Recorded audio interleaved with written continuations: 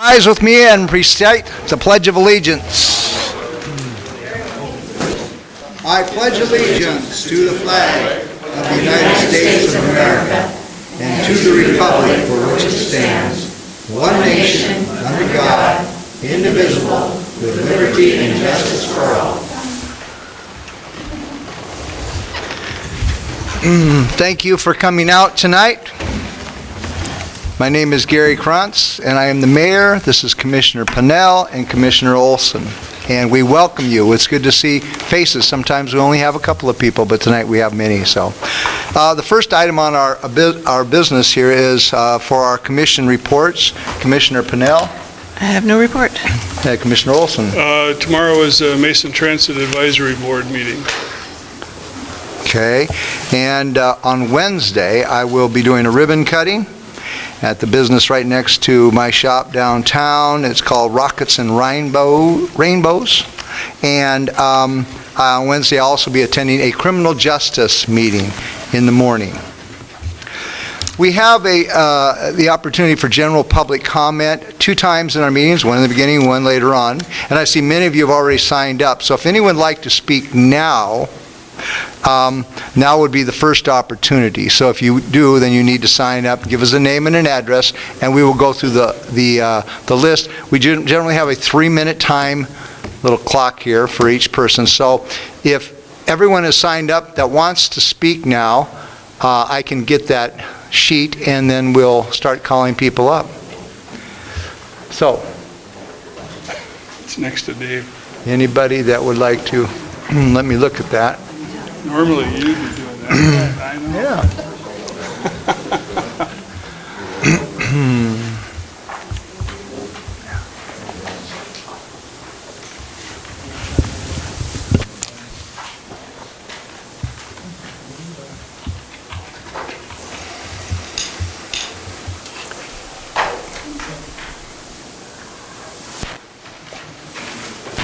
Thank you.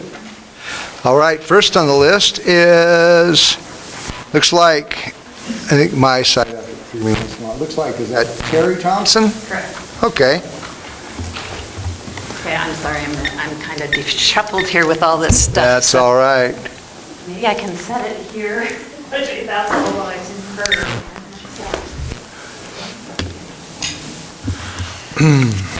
Okay, good evening, Commissioners. I brought a letter tonight with me that I've been sharing that we wrote to the Department of Ecology asking for immediate assessment, testing, and ranking of the Shelton landfill C Street. I've made copies of this letter for all of you in the press. I'm asking that you consider signing the letter as a board or as individuals to get this toxic landfill assessed, ranked, and once and for all so that cleanup may happen if necessary. We have all put together a very minimal history account. This landfill appears to be a public health risk, lacking testing and monitoring. Our documentation demonstrates this. Additional copies of our letters are available tonight. The public may sign a letter and we will hand deliver to Ecology. On a separate issue, last year I spoke about this, the scoping meeting regarding the Shelton Hills project and the location of the proposed school sports facility. The property abuts the Shelton Shelton landfill. I was shocked to see that no change had been made.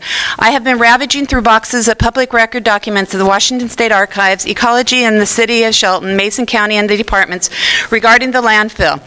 By now, I should have all the available information regarding this landfill since state law mandates that landfill information be kept forever. Regarding the Shelton Hills draft EIS, I'm asking for an extension of time for public comment. The first reason is that I've asked for a public record request that was supposed to get to me last week. I was told it would be ready last Friday. There's now a delay until October 1st. I need time to look at records and write a response.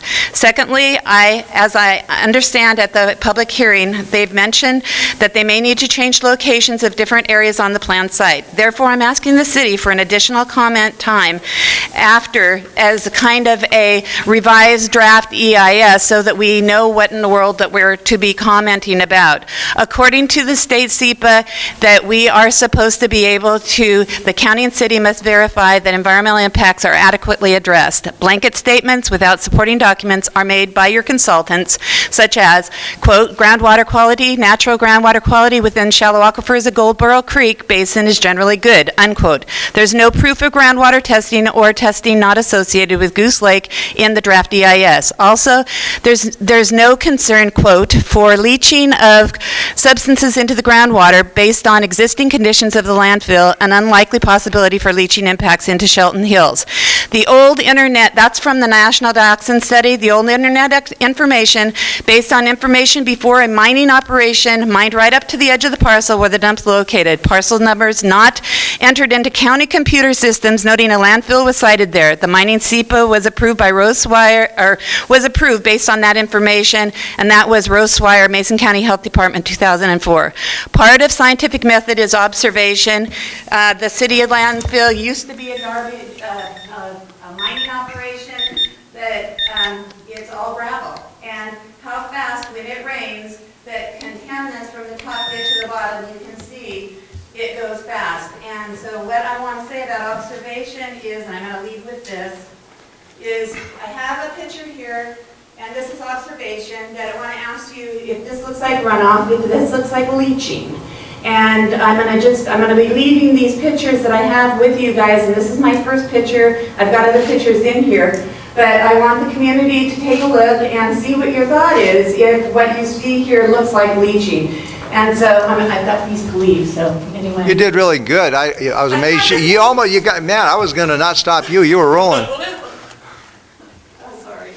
Okay, I'm going to leave you copies, so. I never heard anybody talk that fast, except on one of those commercials where they had to cram in the fine print really quick.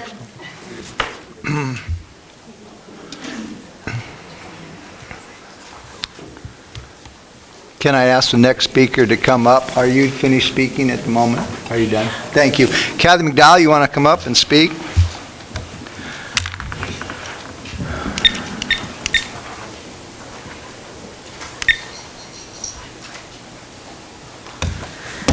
Kathy McDowell, 326 South 5th Street.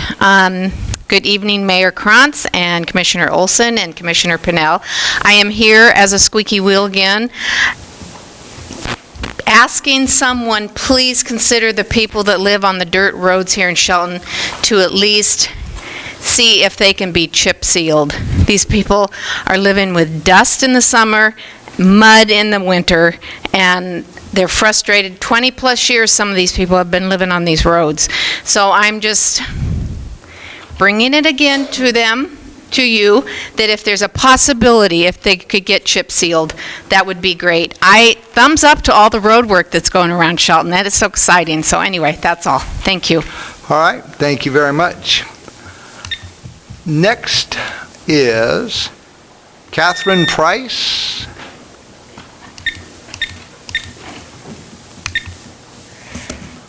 Hi, my name is Catherine Price. I live at 603 South 9th Street here in Shelton. In the 1980s, the Department of Ecology, the Environmental Protection Agency, the Mason County Department of Health, the City of Shelton, ITT Rainier, Simpson Timber Company, and landowners near the C Street dump site all had knowledge of the health hazard the dump site posed to humans based on the elevated levels of dioxin discovered at the site. All of the aforementioned agencies opened files, correspondence was written, articles were published in the newspaper, memos were exchanged, samples were taken, more memos were exchanged, agreements were reached. A plan was drafted by the City of Shelton, and then nothing. Nothing happened. No plan was finalized, and nobody was held accountable for the high levels of dioxin found at the C Street dump and Goose Lake.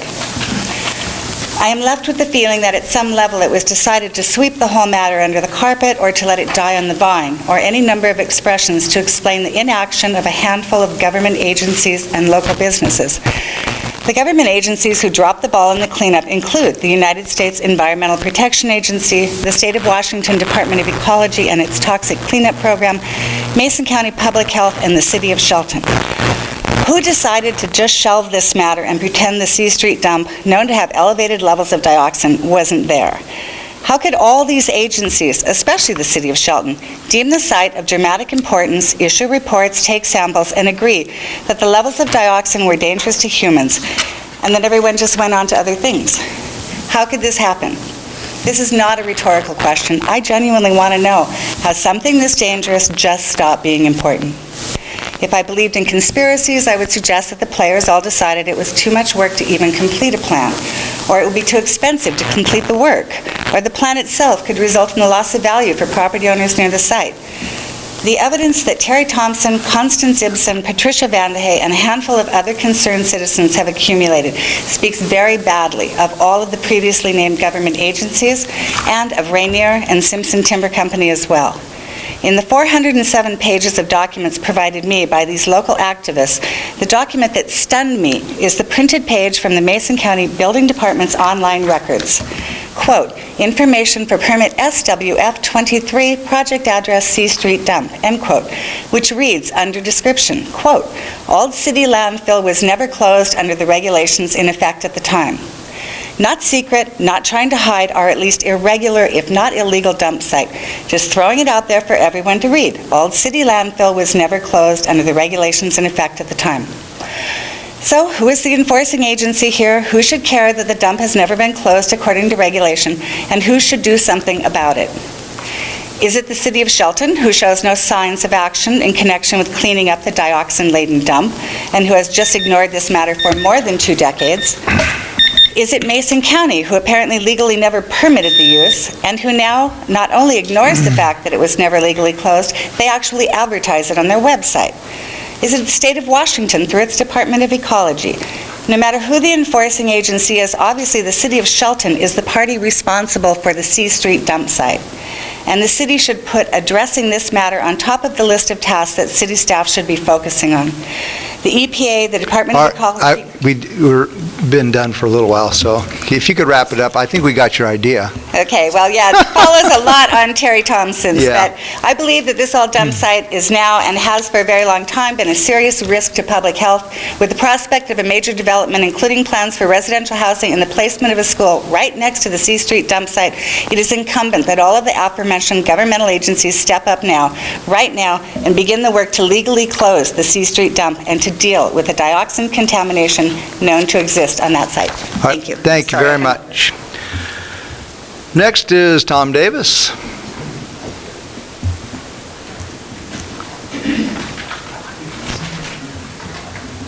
Thank you, Mr. Mayor, Commissioners.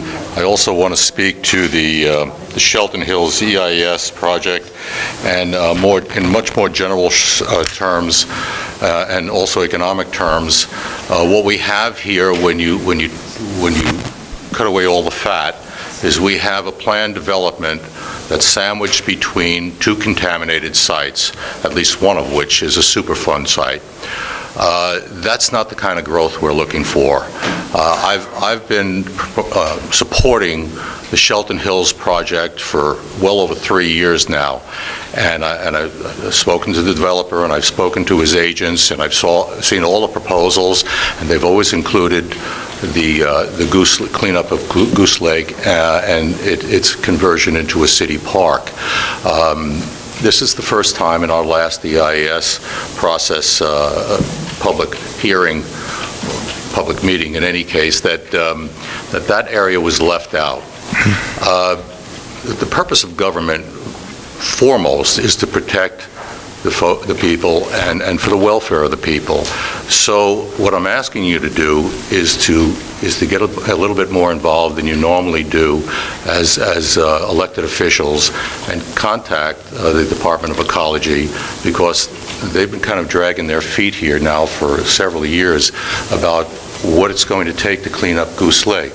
Well, we have a responsible party in the form of Rainier. We have a party who wants to clean up Goose Lake in the form of Hall's Equities, and we have the Department of Ecology between the two. We'd like to see this project move forward. We think it has great benefit for the area, but it has to be done right. And if we could count on you to contact the Department of Ecology and throw whatever weight you have around that way, I think you'll... 226 pounds. 226 pounds is more than we have right now. Not to lose weight, but I used to throw whatever weight I could. So we'd appreciate getting involved to the extent that is appropriate, so that we don't wind up with a development that is going to cause us a lot of problems down the road. We have enough problems, I think, that have been caused because of lack of vision, and we just need to get ahead of the curve on this one. Thank you. Thank you very much. Appreciate your comments. Next, it looks like Pat, and I don't want to mispronounce that last name, so, yeah, Vandelay. Okay. Patricia Vanderhay, 111 Southeast Lupin Place. I'd like to make 2 comments about the EIS. The first, I object to the concept that the Department of Ecology would be requesting a grant to pay for some of the cleanup. It has been stated in the decreed order that Rainier was the pollutant there, and why the taxpayer, because grant money comes from our taxes, should be involved in that. I don't believe that that's right. Secondly, in the EIS, it stated that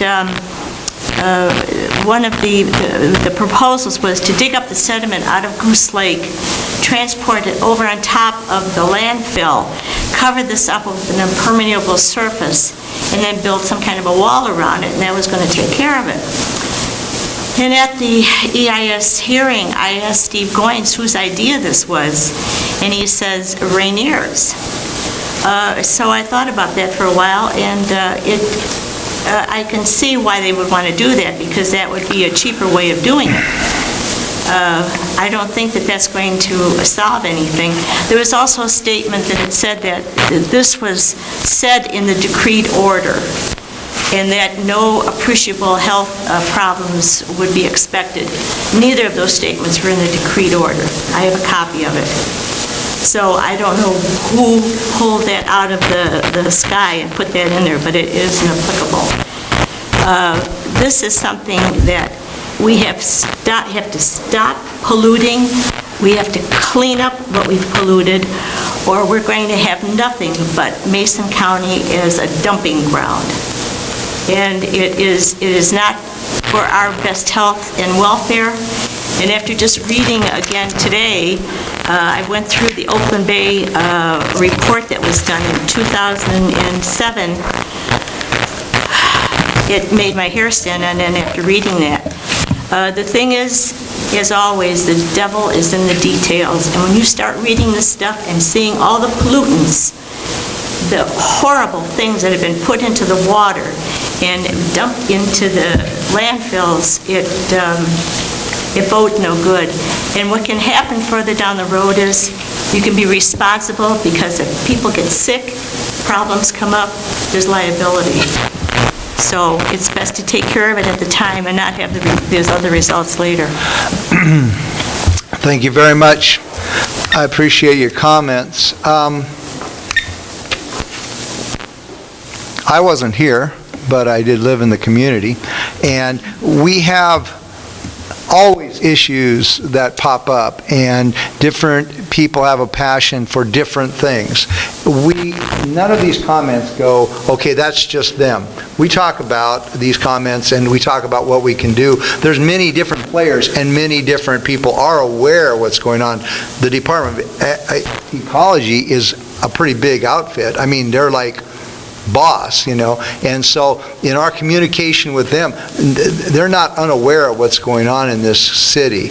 And I know that from my personal experience in the year and a half I've been here, I've seen no staff try and be deceptive in any of their answers or any of their reports. I personally do not choose to go that way, and I don't think my fellow commissioners, I have never seen anything in either one of them that would be a deceptive manner of speaking or trying to cover anything up. So we're all here together. We are a community. I appreciate everybody's comments. We will take them back to the drawing board, and we will continue to talk about this. That's my comment on all of these comments. So if any commissioners have anything else they want to say, they can. Hearing none, thank you very much. There's another opportunity a little later on in the program, which your comments would be welcome. Next is our consent agenda. Have we had ample time to review the material in the consent agenda? Could we please have a reading of the consent agenda? Reading of the consent agenda, vouchers numbered 69923 through 70110 in the amount of $649,369.67. Vouchers numbered 81754 through 81863 in the amount of $667,688.50. Wastewater treatment plant, contract amendment number 12. Wastewater treatment plant, contract amendment number 13, and the commission meeting minutes of July 29th, 2013, and August 5th, 2013. Is there a motion to approve the consent agenda as read? I move we approve the consent agenda. I'll second the motion. There's been a motion and a second. All those in favor signify by saying aye. Aye. Opposed? The agenda passes.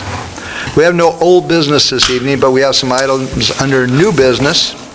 And the first item is concerning the Upper Mountain View Pressure Zone application to the Department of Agroecology. And Dennis McDonald is going to talk to us about that. Good evening, Commissioners. What you have before you is a request to submit an application to Department of Health, specifically for a project that's near and dear to my heart. It will be the culmination of water connection to the Dayton Airport Road or the Washington State Patrol Academy.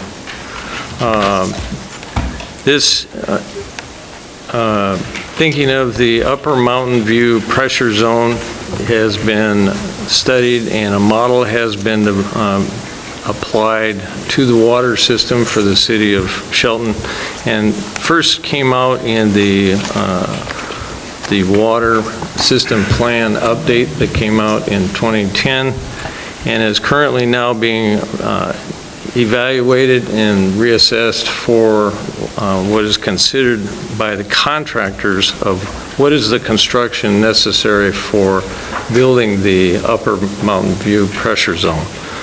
This would be to separate one of the current pressure zones, which is called the Mountain View Pressure Zone. So hopefully we keep these two straight. The new pressure zone would service the northeast and northwest portions of the city in the water system. And there is a focus first to get the structure built for the expansion out to the Washington State Patrol Academy first. That's the highest priority. And then there would be a second phase that would complete the rest of the infrastructure needed for the water system to complete the entire Upper Mountain View Pressure Zone. So that is the first focus of this application to Department of Health, is specifically to seek construction funding that would be used to build, essentially it's two reservoirs, there's a booster pump station, and also the piping to connect well number 1 to well number 4, and also to make improvements to the water quality, or to be able to provide some treatment for well number 1. So these 4 items together would provide the opportunity to finally get the water system so that they could connect with the Washington State Patrol Academy. So this application to the Department of Health, currently what I have provided to you is the latest version of the application. Quite a bit of the text has been added to this application describing the project. Also, information has been provided for answering more clearly some of the questions that are in this. I see this as the narrative portion of the application, and then the second piece that needs to go along with this application is actually what is called the financial supplemental information that would go with the application that's included. At this point, This was given to the Finance Department, and they will be working on this this week and next week to fill in the information for this. So because of the time frames and whatnot, as usual, I would suggest that accepting or the submission of this application to the Department of Health be put on old business so that you'd have a chance to be able to review the full application next week and also hopefully include the supplemental financial information that would be going with this. This is, in reality, this is one of two approaches in trying to fund this portion of the water plan. And the other portion that staff is working on to submit is also an application to the USDA. So at this point, submitting the application doesn't commit anything at this point. When there's and in fact, it's through a competitive process. So we're competing against several other entities that are applying for Department of Health funding at this point. And as usual, we've heard that there's more requests for funds than our actual funds that are available. So obviously there will be a grading of criteria, and there will be a cutoff to where, and so the hope is that our application would meet some of the criteria that it'll be evaluated under. So I guess to recap just quickly, this is for a portion of the Upper Mountain View pressure zone, and its focus is to get the infrastructure needed to complete the water system to be able to provide services to the Washington State Patrol Academy. So the amount of the funds, currently this is based on the most current engineering estimate. For this one portion in the parts of the project that I've described to you is $9,100,000. So the attempt, and as I show here, this is at an interest rate between 1 and 1.5% for 20 years. This is, we don't know exactly what the interest rate will be until there's an actual awarding of it, because there's an opportunity in what we're describing in this application is what is called consolidation of existing other small Group A systems. Very specifically, the Group A systems include Washington State Patrol, Public Works facility, and also there is a Dayton Airport Road business park. There's also the potential, because of this water extension out Shelton Springs Road, down 101, and also onto Dayton Airport Road, there is future opportunities for other entities, property owners. There are some property owners that are anxious to connect to city water. There are other property owners that I will honestly say don't wish to connect to the city water, and so that is an option that is available if they're interested in that. I think with that I'll just stop and see if there's any questions on, one, the application process, and two, if anything related to the project itself. Questions? Just a comment, and I think this goes back to some of the things we've heard already tonight, that one of the underlying things of the regional water and wastewater plan was an environmental component, and the water plan specifically was to try and reduce withdrawal from a critical aquifer and transfer that water over to city water. And so that's part of what this is addressing. And if we can get to the point where we're eliminating the State Patrol well, the Public Works well, the Business Park well, and any other exempt wells that now exist in that area, I think that is a good thing for the environment. So I guess the thing to decide is whether that's worth $9 million or not. I happen to think it is, and I think that protecting that environment is worth what we need to pay to do it. It is a lot of money, and we will need to take a look at where that money comes from. But as with all of the regional projects, I think there was that underlying environmental component that makes it, I think, worth what we're having to pay for it.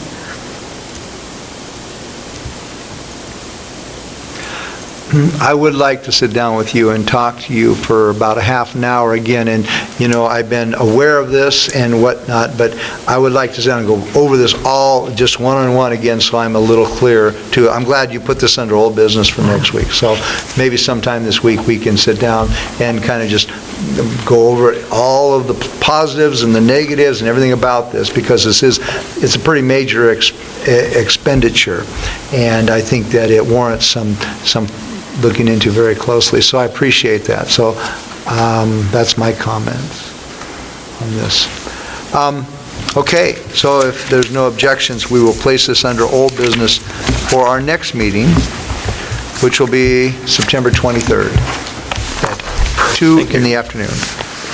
All right, next item on our business here under new business is a Union Street paving project here, and I believe Mr. O'Leary is going to talk to us about that. Yes, Your Honor. For the past couple of years, longer than that actually, we've been planning for the Basin 5 sewer rehabilitation project, and we've done a pretty good job of building sewers up in that area. And one of the bonuses that we had is that the roads really weren't good enough to just dig a trench. We really had to just fix the whole road. And so we were able to roll that into the cost of the sewer project justifiably. And what's happened is that we've made some really good roads, and we've also ended up with some remnants of gravel streets that are, in one particular case, a gravel street that's left over. And what we wanted to do is come to you and have you look at an option of, while the contractor's on site, of finishing off these streets. So this has come together really quickly. We just got a presentation from a proposal from the contractor up there. We can do it under a change order, although this will be a cash expense to the city to be able to do this portion of the project. Let me move forward in this. This is the Basin 5 project area. You can see the two areas that are shaded yellow and have a black background. The one that goes, the long, thin one, going north and south, is Union Street. And then there's another one that highlights an area that is around Ferry Street. Ferry Street is really 50 feet of roadway. The other one is sections of Union Street that run along that whole corridor there that are gravel, and then all the intervening streets, the cross streets, if you will, are all freshly paved, and they're really black and look really nice. So so then the next question is, this kind of lays out what we have. The areas of 5 blocks where there were no sewers in the road, so there was no reason under the project to dig them up. And in both cases, they do intersect with new pavement. Both of those places do. In terms of specifically what's going on Union Street, is there's one block that's actually paved. We were able to get that done some years ago.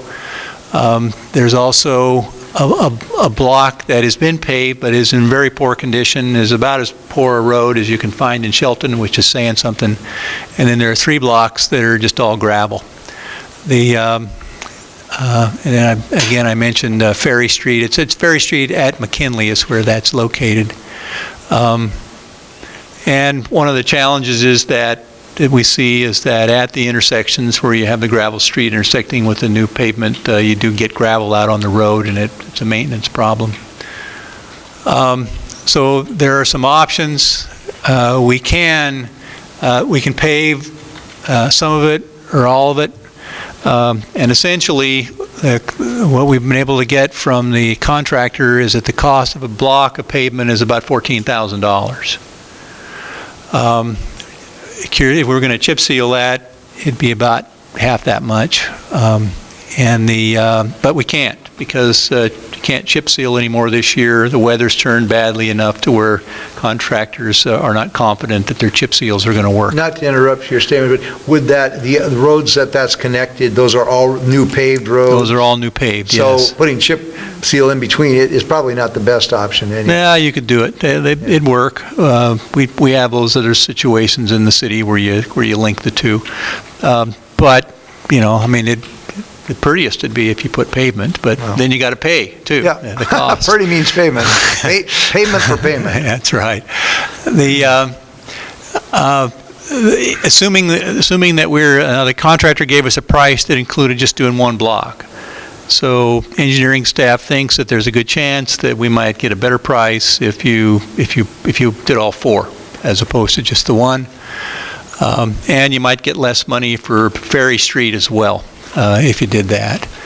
I tried to put in, the proposal we got didn't appear to include sales tax, so I inflated them a little bit over what the book was. But essentially, we won't, until we define what it is that we want, if anything, what we need to do is go back to the contractor and say, okay, this is what we want, give us a price for that, and then see what that turns up. But it's going to have to be turned around pretty quickly. We should do that by the end of the week. The contractor we're talking to is Buno Construction, and the prices are a little higher than what you could get off of what we're seeing as estimates for this kind of work across the state, but not that much higher. We for sure could have got a cheaper price if we'd had decided to do this originally 2 years ago, but we don't have that option, and we're running out of season, and by the time you pay another contractor to come in and mobilize, it's a competitive price under those bases, what we're hearing. As I mentioned, special meeting, once we get an idea what you might want to do, we may need a special meeting later on this week. That really turned out, the text in that was smaller than what I'd thought, and I didn't make a copy, so I'm going to kind of hit some of the highlights there. Rather than just say, oh, here, spend $25, $50, $60,000, $70,000, I thought, well, there is one-time money available for that kind of expenditure, but it's not unlimited. At this point, we're just started the budget process, so I tried to bring you a listing of potential costs. And let me hit some of the big ones. Let's see. The roof on the Civic Center is kind of in poor shape. Never has been great. There was some work that was done shortly after we built it in order to do some insect remediation. That we had an insect infestation. They had to drill holes, and that's never been right. The roof has never been right since. But I guess that was like 12, 15 years ago. Let me look down there. Down there on Lake Boulevard, the one that says $219,000. That's actually dollars that we budgeted for this year that are not going to be spent, so those dollars would carry over into next year. So it's almost a gimme, but then again, it's still that much money, and there's a choice to be made. It's part of a larger project, and most of the cost in that is funded from grants, and so it's probably something that we're going to want to do. Let's see, there is dollars in there. Turner Street is getting between Olympic Highway South and 7th Street is really getting poor shape. There's pieces of asphalt on a prior overlayment that are breaking off, and it really does need addressing. So there's money in there to go back and do that. I'm going to be back in front of you. It's on the looking ahead. There's a potential expansion of the UGA that I'll be back talking to you again next week for an industrial area in the urban growth area where there's utilities to it already. That was $47,250. I don't know. Let's see. I'm really can you all see that? Because I think my eyes are going. Yeah, mine are gone I can worse than I can yours. kind of get it into focus and then. I see numbers, but I don't see what they are. Okay. Let's see. There's if you look down the third one, there is a third one down for 23,000. Is that 23,000 for the general records management? I see it too, I think. Can you see that? Yeah, general Thank records you. management software. I got glasses and I actually went backwards recently. So anyway, but that one is at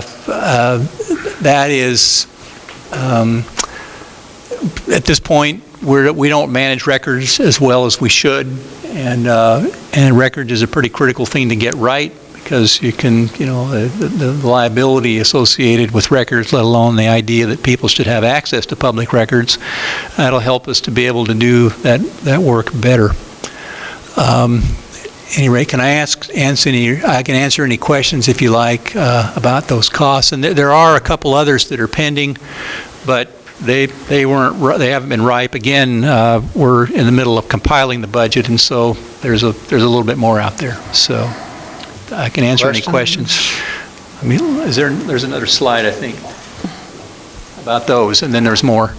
My feelings are, pavement is my middle name. I would love to pave this city, and so anytime someone says, do we have a little money to put into pavement, it's like I would be first on the list to say yes. So I'm leaning in that direction, All right. Especially if it's connecting two new pavements, and we're in the area, so. Well, let me give you more on that, because this one was asking for questions really on all these other alternative funds.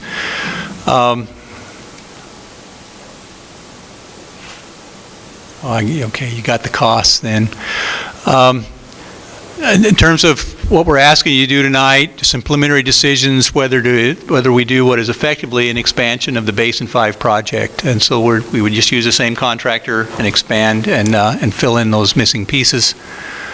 If you wish to go ahead, then the question is how much? Do we do one block? Do we do 4 blocks? Do we do of Union? Do we do Ferry Street? Those kinds of things. And then, assuming then what we'll do is we'll get a price, and then we'll probably need to have a special meeting later on in the week so we can get that done, because we're running out of time for a variety of reasons. So anyhow, that concludes my report. Now, just asking you for feedback here and give us some direction where to go. So the Turner Street one would be requested for next year? The one-time cost for improving Turner? Yeah, that's a budget request for 2014, and of course this would be 2013 expenditures, but it's all coming out of the same pot. We're only going to have so much money in a one-time account. So if we spent this now on these, possibly Turner wouldn't get done? It could have an impact that we couldn't do some projects next year because we spent the money this year. Turner's a pretty major arterial too that is heavily used.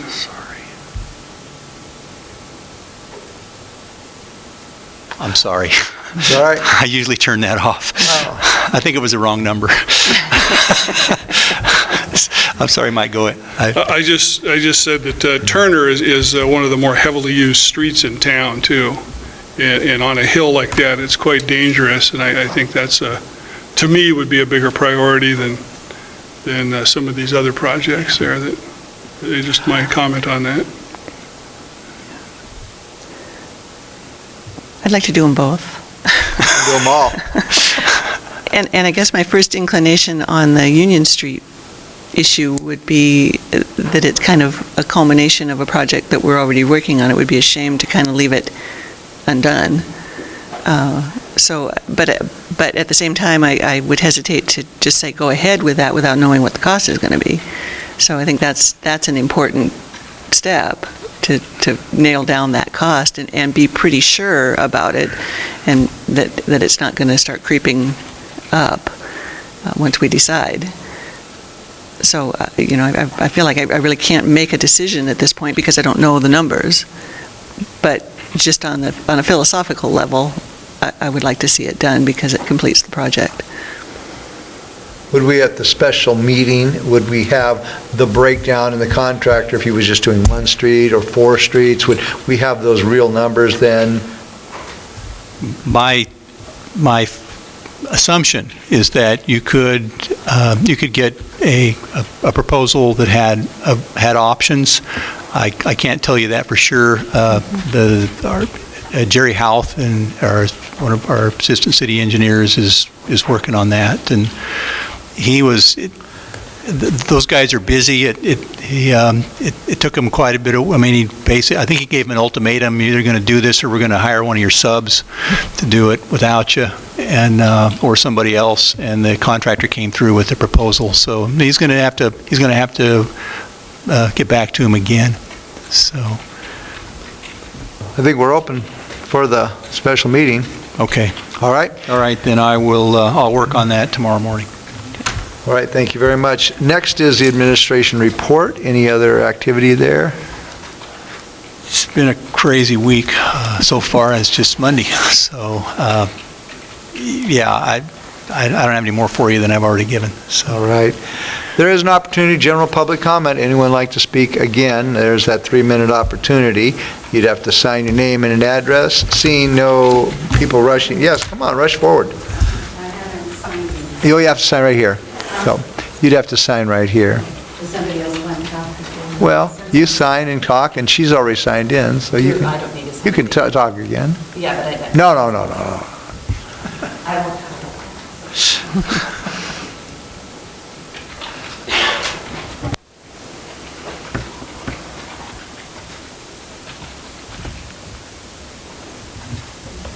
All right. Is that Constance? Yeah. Okay.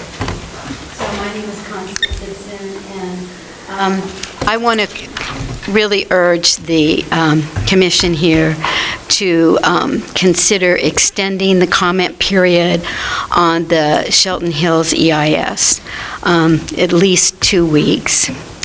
I also would urge the commission to direct staff to add a section on cumulative impact. Usually EISs have that in them to look at the cumulative effect because there's always that no action alternative. The other thing is that in this last presentation, we had, the project has changed, but the maps and the visuals still included Goose Lake area as in the project, but really the developer was saying, no, it's not in the project anymore. So the visual for me is really changed, but the mapping didn't change. And I would hope that the final EIS will address the fact of that change, that it's no longer in the project, and also address what happens if the C Street dump area or beyond that area is not appropriate for recreational fields or a school, if they are going to drop that from the concept or reconfigure the project so it's someplace else. I hope that those are addressed because those are kind of, little details that are supposed to make us want this project even more. These are the public recreational areas that are being, dangled in front of us. And if they're not going to happen, we need to know if they're not going to happen. So that's it. Thank you very much. All right, Terry. Is that Terry? Hi, Terry Thompson. Is this on? Okay. I wanted to, first of all, talk to you, Mayor Krantz, regarding what you said about availability of information from the Department of Ecology.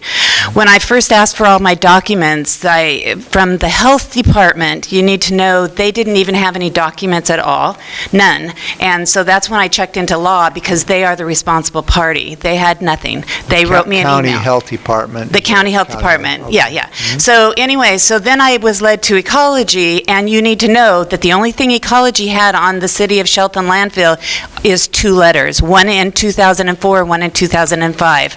I sat through a whole box at the archives, and then, of course, I sat here, and I've gone and got information from everywhere else. It is hard, because all the people that are government officials around here, a lot of them are new to the area. I mean, haven't lived here their whole lives. They don't understand with the topography. They don't understand what's gone on. They're going by what is told to them, and a lot of things are being pushed through. I came down one other time and talked about the aquifer, and there's stuff going on right now in the county about the whole aquifer, the shallow aquifer up near the port and Goose Lake and all that. It is relatively, I'll just say, going down to 83 feet, but it's only 10 to 20 feet below the ground surface, and up where they're doing the development, it can be as low as 5 degrees, the water table. The water table runs in this direction, southeasterly, and everything from Simpson Bay landfill, over high, maximum contaminated chromium, the old Ellis Hill dump, it's under closure, but it's bad. We have an auto wrecking place that is prohibited on top of the aquifer. All of this is a CART, 1 and 2. We have the new development that you guys want to put in at the industrial area here for the UGA. We have, what is this other one? The Academy, the correction centers here, the Port of Shelton's here. I spent 3 months up there. The chromium from Certified was outrageous. They dug a trench with the chromium water and went out behind the building and sat out there for 30 years and completely contaminated the aquifer there. Then they got rid of them, and the next person that came through, same thing. I had piles and boxes of documents for that. The directional flow goes at, according to, if you want to read, YREF, Kennedy Creek Watershed, and it's by CH2 Hill, that's who did it. It will tell you that they say that the water from this area right here goes to Angoose Lake to Shelton Springs. And I have a thing out right now, I'm asking for information. The health department, the state health department shut it down. And I know they want to reopen it for use for this new development, for the thing that he's talking about. I can't remember what they're calling the thing. But anyway, it's really, really serious that the first thing that happens is water testing for these particular chemicals, because it hasn't been done in over 6 years. The IOCs and some of the other chemicals, and this is a real risk. So that's all. Thank you. I think we got that information. Very good. All right. Administration final touches. Just any on the purple sheet, Your Honor. All right. Very good. Our next meeting will be next Monday, September 23rd at 2 p.m. in the afternoon. This meeting is adjourned.